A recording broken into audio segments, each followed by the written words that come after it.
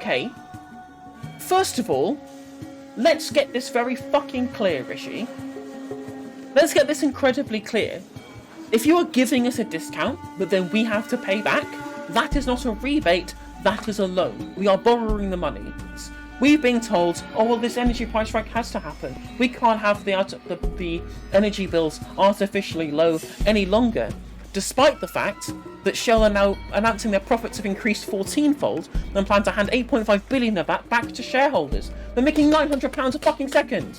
£900 a second. And we are supposed to say, well, we have to pay extra for our bills. What's happening? We'll just go, oh, well, I guess the posh people from Eton says it has to be done, so I guess we're going to have to tighten the belt somewhat. It's bullshit. Stand up for yourself. So, this was a tweet from Rishi Sunak that was made this morning. And the tweet is regarding the fact that the energy regulator is announcing a rise to the energy price cap. This is going to end up with people's bills on average rising up to like £700, something like that, up to that on average, right? Okay, so this means this is a burden that is most going to be felt by the poorest in society.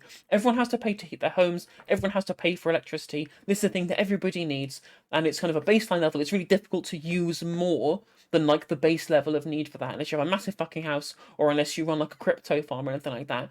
The difference between people who use a little energy and people who use a lot of energy isn't particularly wide, as there's like a base level everybody has to adhere to. So we all have to spend money on energy bills, and this is going to be the work. So it's going to be a thing that is going to affect the poorest in society the hardest at this time. People, you might say, no justice. Hang on a minute. Isn't there like a central body that deals with all of your energy distribution and creates it from a kind of public nature to, if it's such an inelastic product? Surely it would make a lot of sense to have a central body that does this and make sure that people who are on the lower end don't have to pay as much as people on the higher end, or that's some level of subsidy, or that it's done free at the point of use. That would be a really great thing if we weren't entirely dependent on a energy marketplace, which isn't really an energy marketplace, because if it wasn't for the energy cap that exists already, the prices would be even fucking higher. It would be even less affordable for the people lowest in society. But no one will have this conversation. But we'll definitely move on to that later. And certainly it would be better in this inelastic market if there was some level of, if we had some kind of public energy company. Wouldn't it be great? Wouldn't it be great if we had a political party who was agitating for such a thing? That might be an idea. But I digress. To help with what's happening with the energy bills, Rishi Sunak has released a video on Twitter. Let me make sure Twitter is unmuted. Let us watch how Rishi Sunak feels fit with which to be able to tell us how he's going to help us out with all these energy bill issues. Today we announced that we're stepping in to help people deal with one of the biggest costs they face, energy. To protect around 28 million households from rising costs, I'm announcing an energy bills rebate, a £9 billion package of support that will give the majority of households a discount of £350 on their energy bills. So how will it work?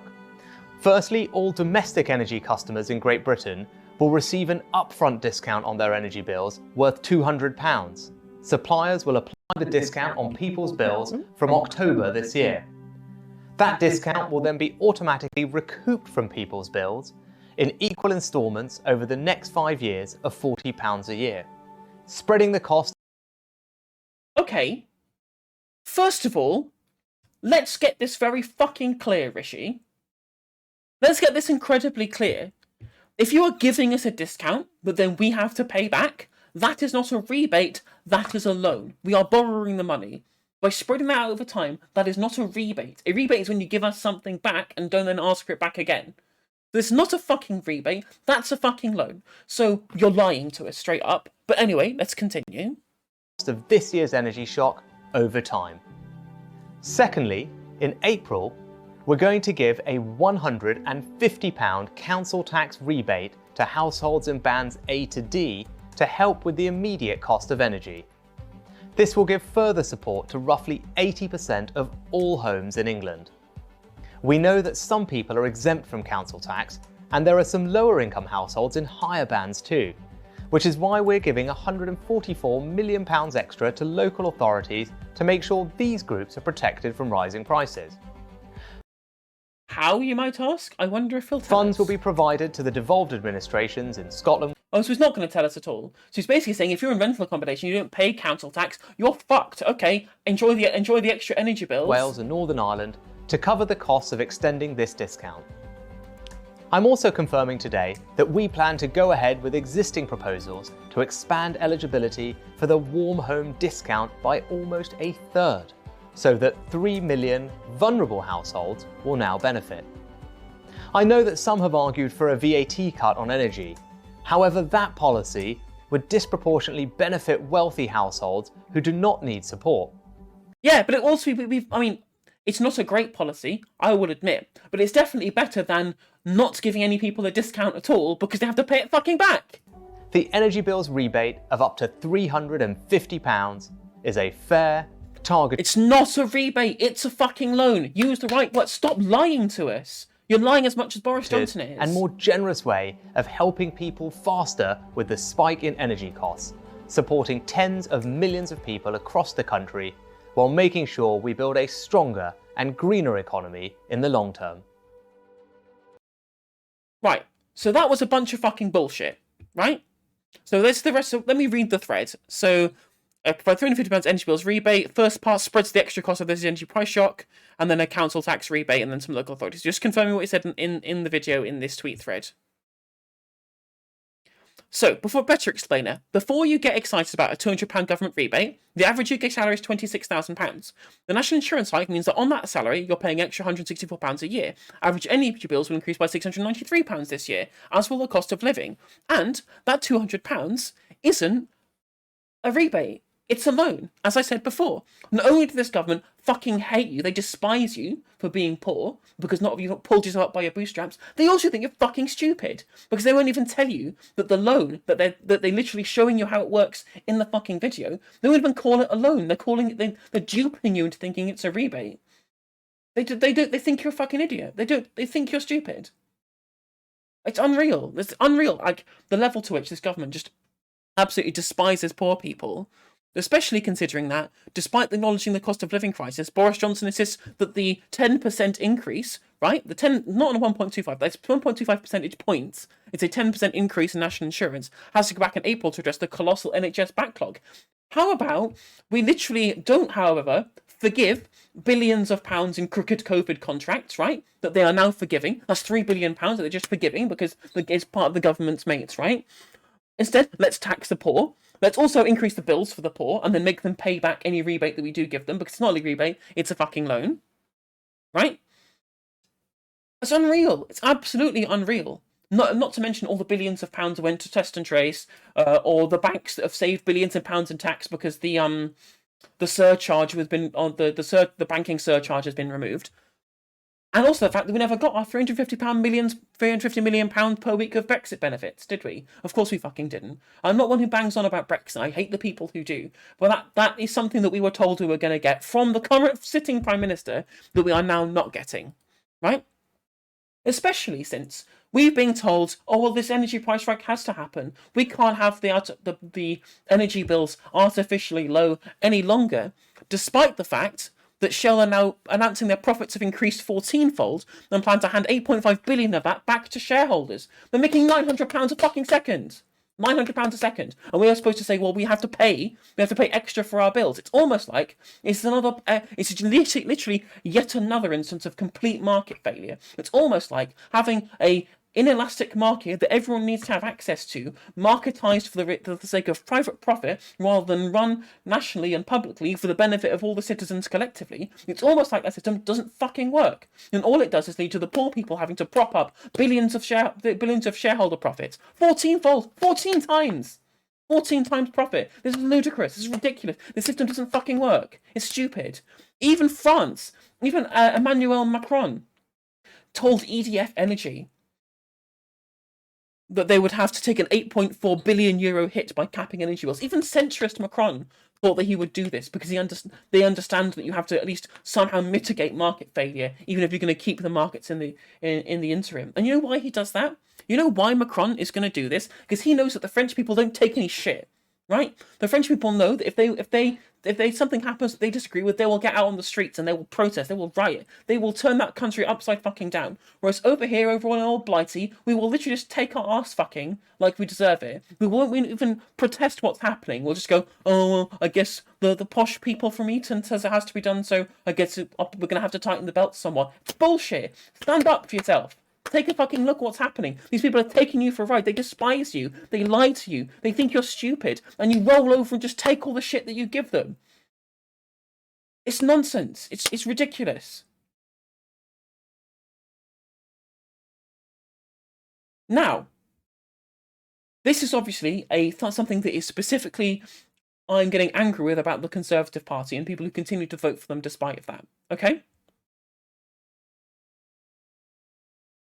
Yeah, so £4.3 billion of cash stolen by COVID fraudsters. Yeah, very, very cool. Very cool. Just writing that off. And then also increasing national insurance because of the gaping hole in the NHS finances. That's fine. I'm using the person who said that the gas bills would get better if we backed Brexit. That's funny. Now, if this is the case, which I think I've well laid out, that we're experiencing market failure in the energy sector and that we need a substantive change in which the way we do things, because having an inelastic market that's explicitly used to generate shareholder profits rather than being used for its use value, which is making sure people's homes are being heated, and that we don't actually force the all of the poor people to shoulder the burden of making sure that the economy doesn't collapse. Because the line has to go up. We have to protect the rich people at all costs, right? It would be incredibly nice. It would be really, really nice if we had an opposition party who would argue for something that might actually deal with the root cause of these issues. But unfortunately, we don't have that. We have Rachel Reeves as the Shadow Chancellor, and she's fucking useless, saying that, as Rishi Sunak also pointed out, that they would have some kind of VAT cut. Which, to be fair, would be better than loaning us money and then having us pay it back. As the very least, it's past the incredibly, incredibly low bar of being better than what the Tories are offering. Incredibly minor increase on what's being offered by the Conservatives in this instance, right? They even talk about it. She even talks about in her tweets. She talks about the fact that all of these energy companies are engaging in record profits and things like that. Yet what they won't argue for is keeping the price where it is by intervening as part of the government, which is, again, not changing the market dynamics, but is at least forcing the bills to stay low, so people don't have to worry about the increases in costs. And the VAT decrease would at least save people money. But they're not talking about the thing what actually they need to be talking about to have a substantive opposition to the neoliberalism that they are now apparently tying themselves at the moment. They need to talk about this is market failure. The market doesn't work. It's, again, you're absolutely right, Yukimoto. It is destroying the planet and destroying humanity for profit. Deliberately for profit on the backs of poor people in this country. Right? It's market failure. The market doesn't work. It's an inelastic demand. Everyone needs to heat their house. You can't not heat the house. You can't... Well, you say, well, okay, well, you can either choose not to engage in it and die in hypothermia if you really want to. No, you have to heat it. They can't just get away with saying, well, we're a private company who are providing this thing that you can't live without. So then say, well, we're just going to force you to pay more. It's almost like having this as a market is completely pointless. It's like having a market for healthcare, because if you get cancer, you can't not pay because you'll die otherwise. Like, any amount of money is worth not dying. This is why the demand of these things is inelastic and why the market fails so often. Because these people can hike the prices as much as they want whilst making money hand over fucking fist, generating millions and millions and millions of pounds worth of profit. Over and over and over again, and yet we have to be the ones who tighten the belt. Why can't all of those shareholder profits be transferred over to us? Which, I don't know, if we, for a chance, nationalise the energy sector, it would do, because there would be no profit. All of that money would then go back into being able to subsidise the energy sector to make our bills cheaper. Because it'd be being done to meet the human need that it actually serves, rather than the profits of these individual companies. The fact that we have a Labour Party, a Socialist Party, a trade union party I'm not arguing for demarketisation of these failing markets. It's ridiculous. It's absolutely ridiculous, and it's yet another example of Corbyn being right, because he keeps being right. It's funny how all of this time, in however many years post these elections, everyone going, "Oh, this. How about we move the trains under public control during the pandemic? That sounds similar to a Corbynist thing. Or how about people who are having trouble paying their broadband bills? How about we pay their broadband bills for them? That sounds a bit like a Corbyn policy." Every time, every single fucking time, we keep seeing the policies that should have been passed, the policies that we should be doing, the things that would actually fix the fundamental problems with the things that are happening right now. They're all things that Corbyn said. And I'm not some kind of Corbynite. I think he was a terrible politician whose ideas were good and his manifesto was good, but he didn't have the kind of the level of charisma that's necessary to win an election. I always believe that, and he has a dodgy past that is difficult to sell to people. And I think there would have been better leaders in that time to be able to pitch that manifesto to the public. 100% agree, right? But the manifesto that he proposed and the points that he keeps making and the ideology that he subscribes to is what we need to be able to solve these issues. And if you can't see that, then unfortunately you've had the wool pulled over your eyes by millions of propaganda.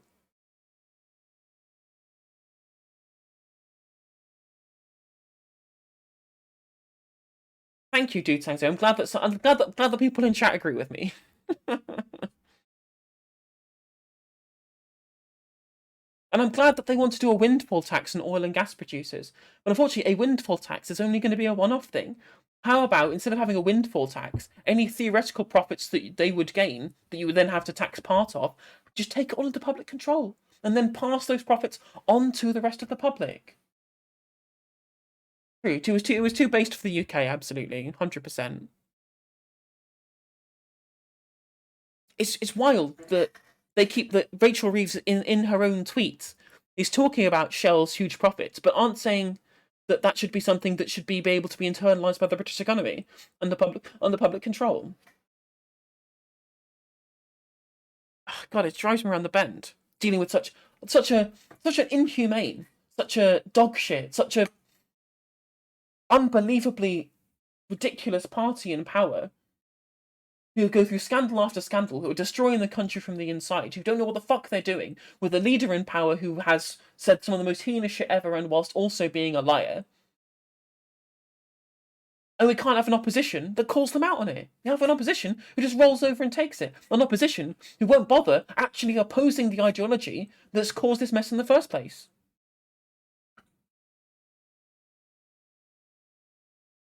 Absolutely.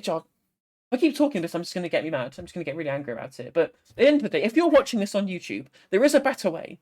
There are plenty of countries that do things better than we do, right?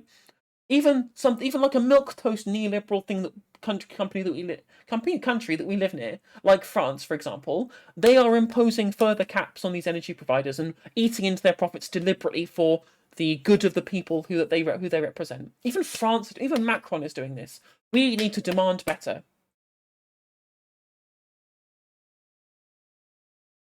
And you need to support politicians who will give you better moving forward. If there's one thing you're going to take away from this video, please let it not be said that better is not possible, because it is possible. You just have to be able to support it and find the people who do.